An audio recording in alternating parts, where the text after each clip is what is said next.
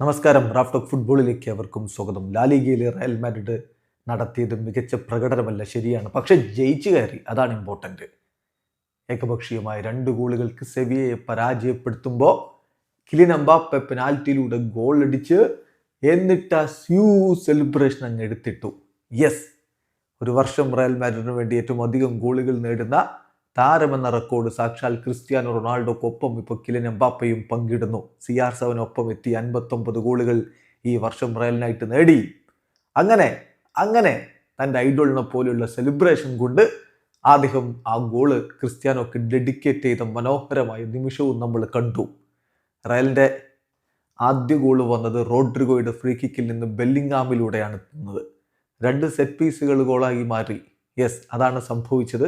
Xabi Alonso ഈ വിജയത്തിൽ ഒട്ടും ഹാപ്പിയല്ല. കളി കഴിഞ്ഞിട്ട് അദ്ദേഹം പറഞ്ഞു, I am not happy with our level today. തീർച്ചയായിട്ടും എൻ്റെ മൂഡിന് മാറ്റമൊന്നും സംഭവിച്ചിട്ടില്ല. ഗെയിം ഞാൻ കൃത്യമായി മനസ്സിലാക്കുന്നു, ഞാനിതിനെ അനലൈസ് ചെയ്യുന്നു. പക്ഷേ കൺസ്ട്രക്റ്റീവ് വേയിൽ ഞാൻ വിമർശനാത്മകമായിട്ടാണ് ഇതിനെ കാണുന്നത്. ഈ ഒരു കോണ്ടെക്സ്റ്റിലേക്ക് നമ്മൾ കാര്യങ്ങൾ വെക്കുമ്പോൾ ഞങ്ങൾ എവിടെ നിന്നാണ് വരുന്നത്, എവിടേക്കാണ് പോകുന്നത്, ജനുവരി മുതൽ എന്ത് സംഭവിക്കുമെന്നതിനെ കുറിച്ചൊക്കെ എനിക്ക് ധാരണയുണ്ട് എന്നുകൂടി സാബി അലോൺസോ പറഞ്ഞു. ചുരുക്കത്തിൽ അദ്ദേഹം ഹാപ്പിയല്ല, ഇങ്ങനെ കളിച്ചാൽ പോരാ എന്നുള്ള അഭിപ്രായത്തിലാണ് സാബി അലോൺസോയുള്ളത്. സെവിയയ്ക്കെതിരെയുള്ള മത്സരത്തിൽ റയലിൻ്റെ മുന്നേറ്റങ്ങൾ നയിച്ചുകൊണ്ട് ആദ്യ 11 റോഡ്രിഗോയും കിലിയൻ എംബാപ്പയും വിനി ജൂനിയറും ഒക്കെ ഉണ്ടായിരുന്നു. മത്സരത്തിൽ 38-ാമത്തെ മിനിറ്റിലാണ് ആ ഗോൾ പിറക്കുന്നത്.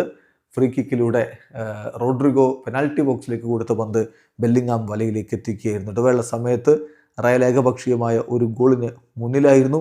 രണ്ടാം പകുതിയിൽ 2ാം കാർഡ് കണ്ട മർക്കാവോ റെഡ് കാർഡായിട്ട് പുറത്തേക്ക് പോകുന്ന കാഴ്ചയും കണ്ടു.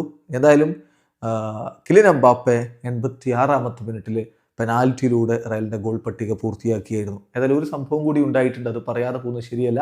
വിനി ജൂനിയറെ കൂവുകയായിരുന്നു സാന്റിയാഗോ ബെർണാബൂവിലെ ആരാധകർ. അദ്ദേഹത്തെ സബ് ചെയ്ത സമയത്തൊക്കെ വലിയ കൂവലിനാണ് വിധേയനായിരിക്കുന്നത്. ഏതായാലും അതിൽ വലിയ നിരാശയുണ്ട് വിനി ജൂനിയർക്ക്. 2-0 ഈ വിജയത്തോടുകൂടി റയൽ ഇപ്പോൾ 18 കളികളിൽ നിന്ന് 42 പോയിൻ്റായിട്ട് നിൽക്കുകയാണ്. ബാഴ്സയ്ക്ക് 17 കളികളിൽ നിന്ന് 43 പോയിൻ്റ് ഉണ്ട്. ബാഴ്സയ്ക്ക് ഇന്ന് കളിയുമുണ്ട്. സോ അവർ 1ാം സ്ഥാനത്ത് തന്നെ ഈ വർഷം കളി അവസാനിപ്പിക്കും എന്നർത്ഥം. വീഡിയോ അവസാനിക്കുന്ന ഫുട്ബോൾ ലോകത്തെ കൂടുതൽ വിശേഷങ്ങളുമായി റാഫ് ടോക്സ് വീണ്ടും എത്താം.